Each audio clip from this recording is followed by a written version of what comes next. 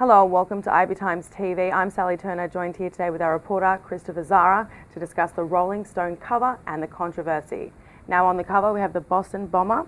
Now is the controversy and the outrage about who he is or the way he's portrayed? Because when I first looked at it, he kind of looks like a rock star. Yeah, I think that's really what's gotten people upset. It's not so much that he's on the cover because people understand that he's news. I think it's just the fact that it's Rolling Stone #1 and they typically do rock star kind of covers, and then the way they sort of bathed him in this soft light and made it look like an Annie Leibovitz shoot, and he kind of looks like he's a member of the Strokes. People just felt it was very inappropriate.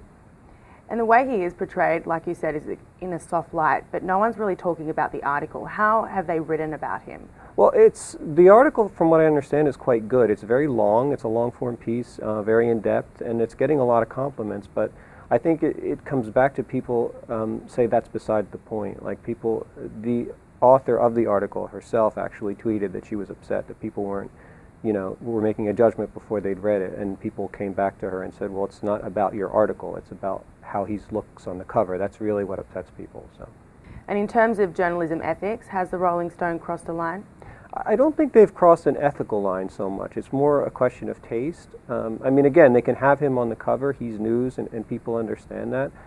There is sort of an ethical guideline that says you should be aware of the pain you could cause to people who have been hurt by a tragedy. And in this case, you could make the argument that they've crossed that line. But again, it's sort of it depends on your perspective. And a lot of people are very angry about this cover. They're kind of in a publicity nightmare. So how do you think they're going to be able to come back to this from that? If anything, I think they're benefiting from it. I mean, they're going to sell magazines from this, even though there's sort of a backlash from some retailers that have decided not to sell it. I think Tina Brown has sort of proven that you can sell magazine covers with these kinds of controversies. They did a breastfeeding one in 2012. But the larger picture here is, for Rolling Stone, is what's happening with print magazines everywhere, and I think that's really going to be the bigger thing for them. People will forget this, I think. Do you think they're kind of proving that all press is in fact good press? Yeah, I do. I do think it means that. I think people are talking about them. They're relevant. Everyone's talking about Rolling Stone today, whereas 2 days ago they weren't, Right, so a successful mission of getting noticed, yeah. Right? And in your opinion, do you think it was done in poor taste? I do think it was in poor taste, yeah. I don't think it was I'm not screaming bloody murder at them or anything like that, but I do think there were other concepts they could have come up with. I mean, this kid blew people up. So, they didn't have to do it that way. They didn't have to glamorize him in that way. So if you got to design the cover, how would it look?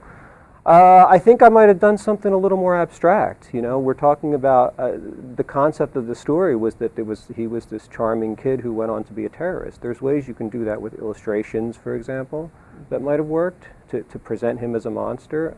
Something even more creative than what they did, I think, might have worked better. This, to me, just seemed like they were looking for the easy out.